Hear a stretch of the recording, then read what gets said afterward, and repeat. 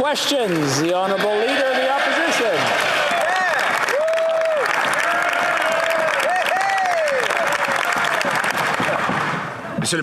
Mr. Speaker, first I'd like to wish the family of the Prime Minister a happy Thanksgiving, but it won't be too joyful for many families because of the fact that the cost of turkey has risen by 16%. Other foods have also increased by 20%. So 20% of Canadians will have to reduce their Thanksgiving dinner. So how much will the cost of Thanksgiving dinner increase when the Prime Minister triples the carbon tax, the Right Honourable Prime Minister? Mr. Speaker, we all have heard stories of Canadians who are facing rising costs of living, and that's why this government decided to take action. We are sending hundreds of dollars to families with the GST tax credit, and we're also moving forward with help for renters who are low income and help for families who are low income so that they can pay for dental care for their children. Unfortunately, even if the Conservative leader supports our GST measure in the end to credit GTS, but he's not agreeing to help for dental care. When is he going to help Canadians with dental care? Wish the Prime Minister and his family a happy Thanksgiving. However, it won't be too happy for a lot of people whose costs have gone out of control. In fact, the cost of turkey is up 16%. According to one food professor, cost of other items are up over 20%, and 1/5 of Canadians will have to reduce what they put on the plate this Thanksgiving weekend. How much will the Prime Minister's tripling of the tax on our farmers, truckers, and consumers increase the cost of Thanksgiving dinner for the future? The Right Honourable Prime Minister. We know Canadians across the country are struggling with the global inflation crisis, and that's why we're moving forward with concrete measures to help out. After we proposed the GST rebate that's going to help significant numbers of families across this country, the Leader of the Opposition came out criticizing it, but then fortunately reversed himself and is now supporting our GST credit. Will he now support the low-income dental supports for families? Will he support the rental supports we're giving? Kids deserve to have happy smiles. Why won't the Leader of the Opposition help them with that? The Honourable Leader of the Opposition. Well, they won't be smiling if their parents can't afford a little bit of pumpkin pie for them at Thanksgiving dinner. Look at the cost increases that have happened. 16% increase for the cost of turkey, 22% increase for potatoes, bread up 13%, butter 13%, cranberries 12%, bacon 10%. That all adds up to an unaffordable Thanksgiving dinner. The Prime Minister wants to make it worse still by tripling his tax on our farmers, our truckers, and ultimately our consumers. How much will that add to the cost of Thanksgiving? The Right Honourable Prime Minister.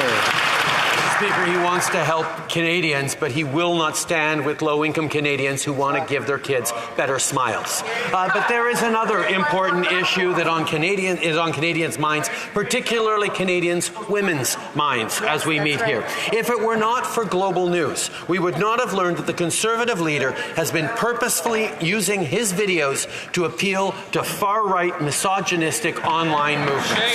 These are anti-women movements, and they have had devastating real-life consequences. Mr. Speaker, I call on the Conservative leader to stand in this House, take responsibility, and apologize.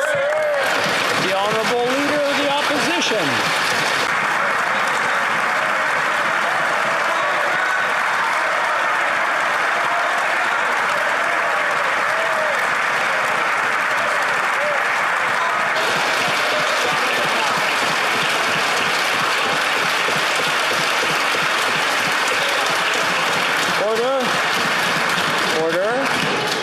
The Honourable Leader of the Opposition. I condemn this organization, and I corrected the problem as soon as it became known to me, Mr. Speaker. But I condemn all forms of misogyny, including when the Prime Minister fired the very first female Indigenous Attorney General.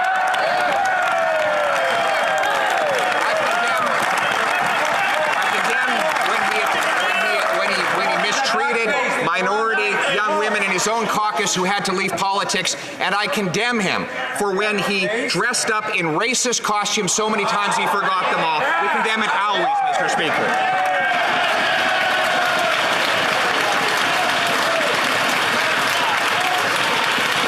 The Right Honourable Prime Minister.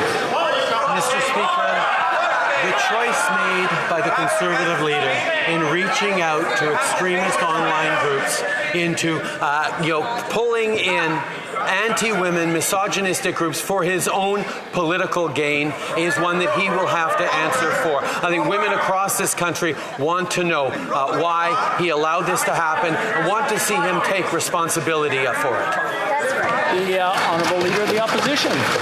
I took responsibility and corrected it as soon as it became known to me. But the Prime Minister does not take responsibility for the extremism that he has funded. He funded a vicious anti-Semite to spread hatred online with taxpayers' dollars. He repeatedly, in fact, so many times he can't even keep track, dressed up in racist costumes for which he has not ever come fully to account. And he drove many women of his own caucus out of the party and out of Parliament altogether with his mistreatment of them. We condemn all of that behavior. We condemn misogyny always and everywhere, and we ask the Prime Minister to finally do the same.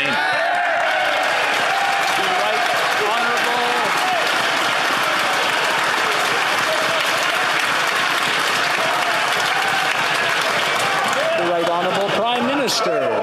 Mr. Speaker, we have all seen the effective campaign that the Leader of the Opposition ran to become leader, using online videos, using ways of reaching out through social media. We all marveled at his admiration of old wood. What we didn't see was that every time he put out these...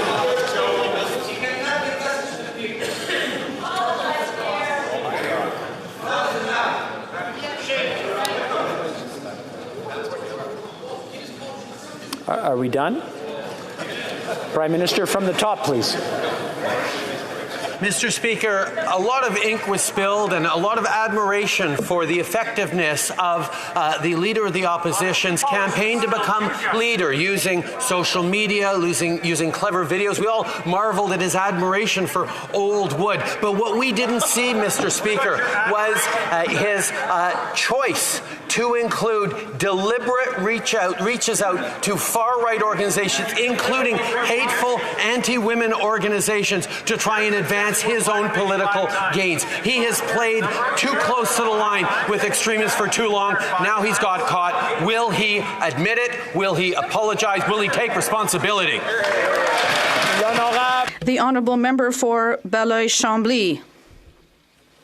Mr. Speaker.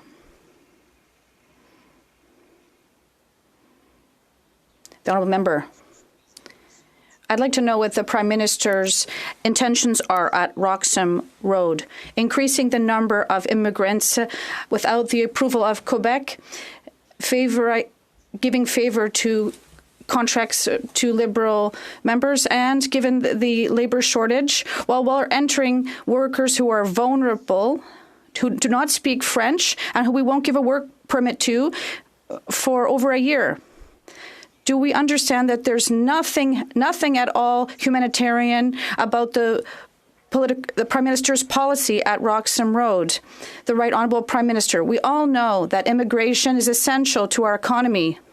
Like the member knows already, Quebec establishes its own immigration targets. Last year, we welcomed more than 50,000 new permanent residents in Quebec, and therefore we're always going to work closely with Quebec's government to welcome immigrants, to ensure economic growth, and to ensure that the wealth of French language and Quebec culture continues.